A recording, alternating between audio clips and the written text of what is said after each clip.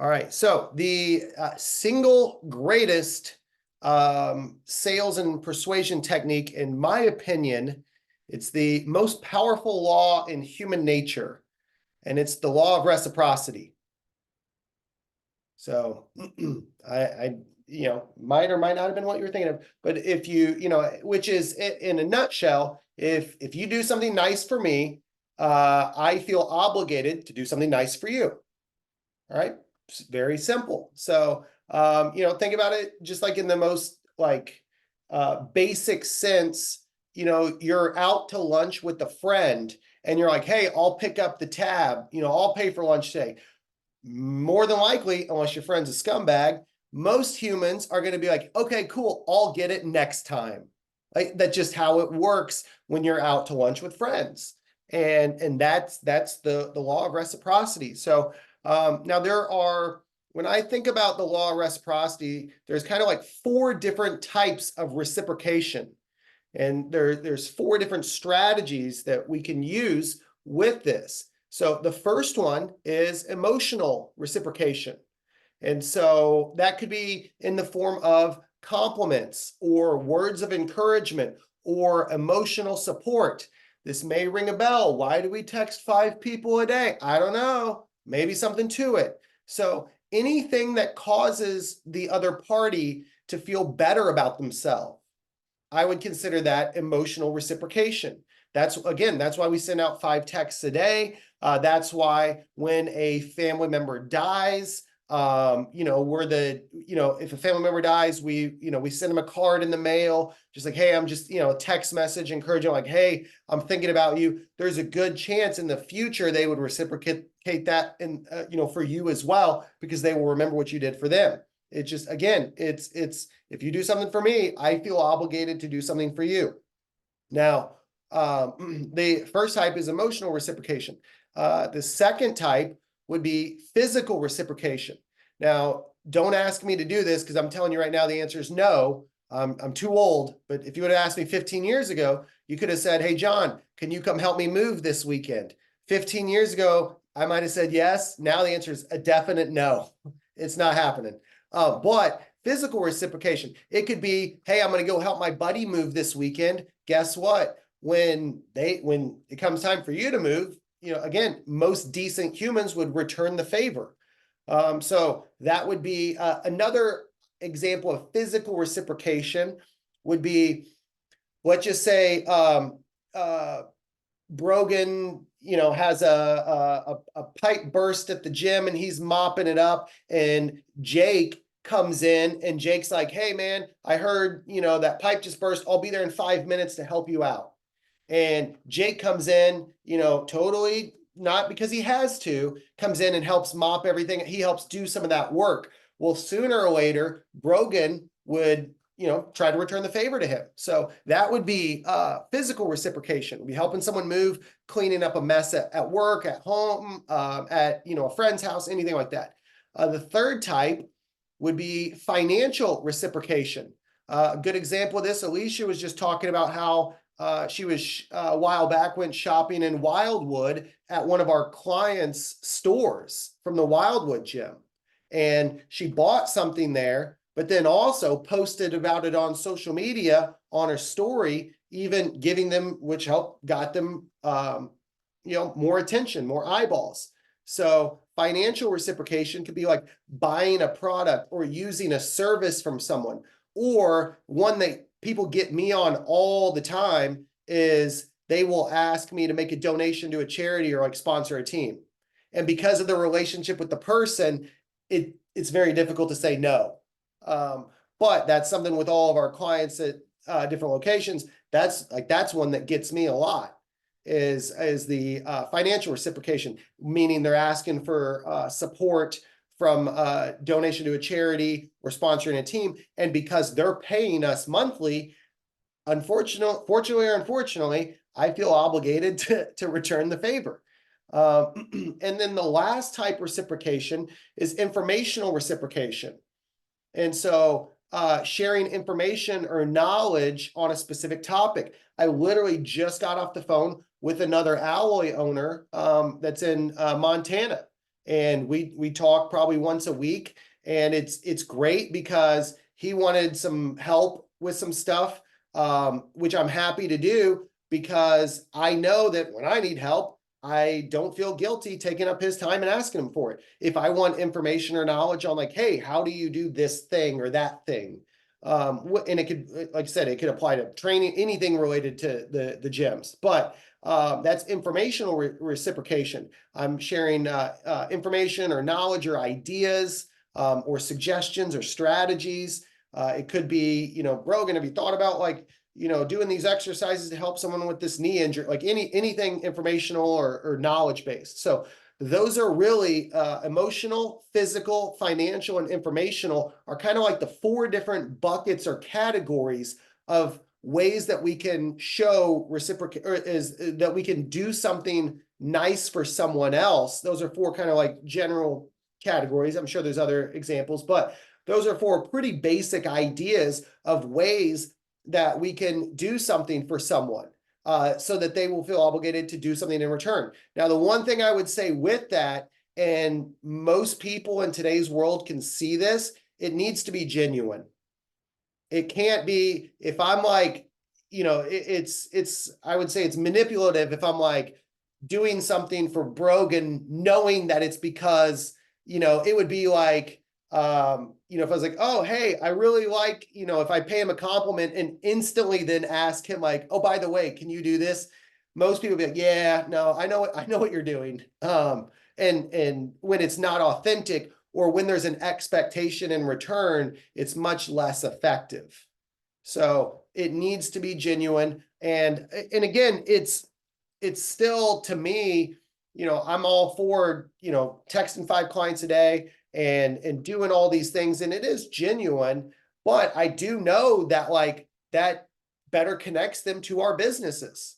Like that's just the way it works. And it feels good and it's a nice thing to do. So there's more to it than that, but they do feel more likely to reciprocate it.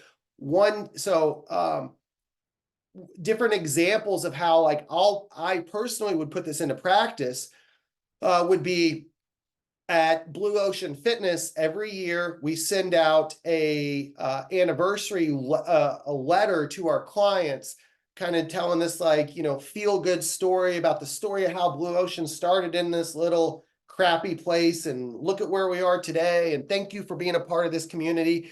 And in that letter, I always say something to the degree of like, by the way, make sure to let us know what shirt size you want.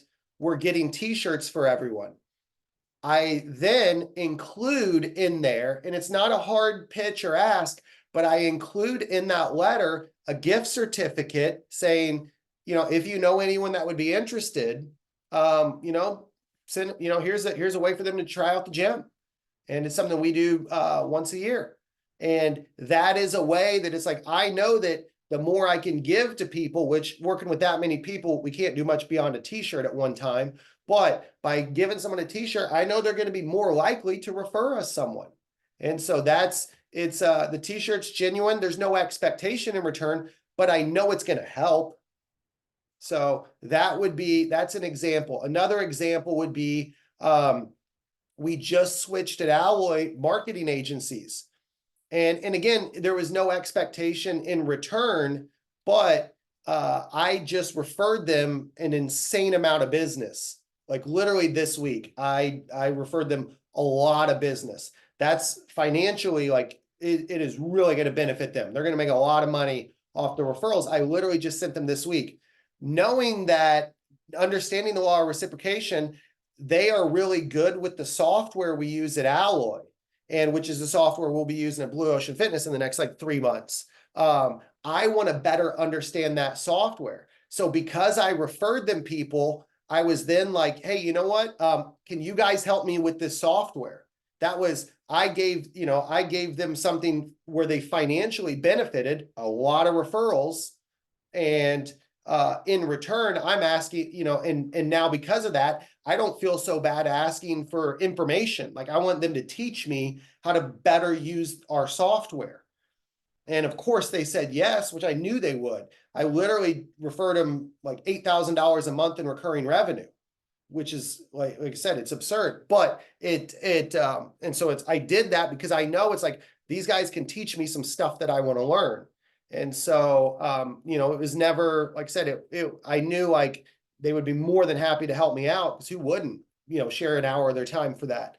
So when it comes to, so those are just a couple examples of like just recent examples. But when it comes to like putting it into practice, the starting point is simply looking at ways to do things for others.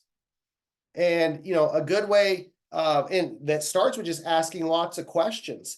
If there's someone that you want to get in good with, start with asking like, what problem can I solve for this individual? Again, you're not doing it like with, with an expectation in return. It needs to be genuine. Like you're genuinely like helping them out, but it will open up other doors for you. I have no doubt about that. So I always look at it as, like I said, what problem, if there's someone that I want to get in really good with, for me, step one is like, what problem can I solve for them? If there's another alloy owner that I want to get in really good with, that's the first thing I do is like, what can I help them with? What am I better at than them? And how can I help them? Is it maybe they don't have a fitness background? Well, I do, and I can help them from a training standpoint. I don't know. But it's, that's how I always, when it comes to putting into practice, I'm always asking lots of questions, and I'm always thinking about like, what problem can I solve for this individual? So when now applying this to the gym, what problem can we solve for this individual?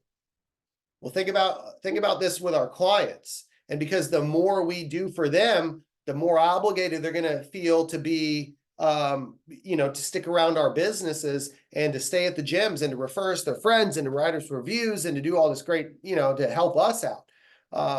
But how I can put that into practice from a client standpoint, it would be solving problems. It might be someone complains about, oh, I'm really sore. Maybe we could give them a lacrosse ball. Hey, take this home, keep it. Don't worry about it. Do this exercise. That's giving them something physical, but it's also informational. I'm teaching them like, hey, here's how you use this. Now go home and do it. It could be one of my favorite ways that we use in the gym is, and it's because it's so unique, and to my knowledge, no one else does this. When a client is canceling their membership, I will offer, hey, would it be helpful if we gave you some workouts to do from home moving forward? Now, and it's like, no one does that. It's like, you just told me you're no longer going to pay us. And my response is, let me help you more. And by doing that, yeah, again, they might return in the future. They might not return in the future, but they might tell someone else about us and refer us people. But again, like that's just a way. I always want to think about how can I help someone so that there's a good chance this will come back to me in the future. Another way to look at it would just be thinking about like, oh, good karma. It's like, that's kind of it's a similar idea. If I just help people without, again, no expectation in return, it's probably going to come back to me, whether that's someone coming back to the gym, whether that's referring their friend or neighbor, whether that's writing us a review. I don't know. There's a lot of different possibilities. So, how we put that into practice, it could be like sending people workouts after they cancel their membership. It could be sending people workouts when they're traveling. And then to take it a step further, let's give them like a pair of resistance bands to take with them. To where it's like, now we're giving them the equipment. It could be sending clients flowers after there's a death in the family. That's kind of, and writing them a handwritten letter. That's very emotionally supportive. And like I said, it definitely it doesn't go unnoticed because not many people do it. The most obvious way is how, our texting 5 clients a day. It's providing emotional support and encouragement. Another example would be giving clients at most of the locations, and we run out every now and then, so I have to order more. I buy multiple copies of that book, like 60 Hikes Within 60 Miles of St. Louis. It's anyone that likes the outdoors, it's something that will help them. It's usually something neat that a lot of people aren't familiar with, and it also helps their health. So it helps with our work too. But like, I'll give people copies of that book just because it's a $10 book, but it's a very personal gift that for the right individual, it's very meaningful. Again, I said, like I already mentioned, the lacrosse balls, or giving someone a foam roller potentially, or some of our raffle gifts like a massage gun. All those things really add up. So when we're thinking about how can we put this into practice, it really there's a lot of different ways we could do this with our clients. This is also why we sit, even if someone doesn't join the gym, guess what? They still get our email newsletters every week. We're educating them. We're showing value. Our emails that we send out every week, they're not a big sales pitch at all. And it's in fact, there's barely a sales pitch at all in them. Very, it's like 5%, maybe at most. And it's because we're still educating these people that have potentially never paid us $1 and will never pay us $1. But it's because when the situation arises or their circumstances change, maybe their schedule gets more free, or they finally decide like, hey, you know what? I do need help.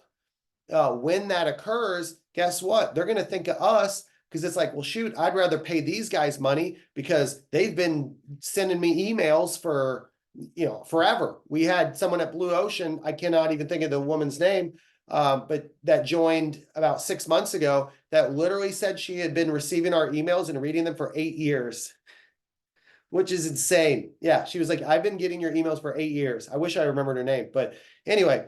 But again, it's like, now, what are the odds? It's great, but it just kind of, I'm sure she could have went elsewhere, but there was probably some level that it's like, man, these guys have been giving me stuff left and right. So they felt, she probably felt obligated to return the favor. So again, the law of reciprocity, it's very simple. It's just like, if you do something nice for me, I feel obligated to do something nice for you. I feel obligated to reciprocate the behavior. And so when we think about that, it's a very simple way to just further strengthen our relationships with our clients, with our potential clients, with other businesses that maybe we're trying to build relationships there. There's a lot of different ways that we can do this, but this, in my opinion, is one of the most effective ways to kind of get what you want, is by helping other people solve their problems and get what they want.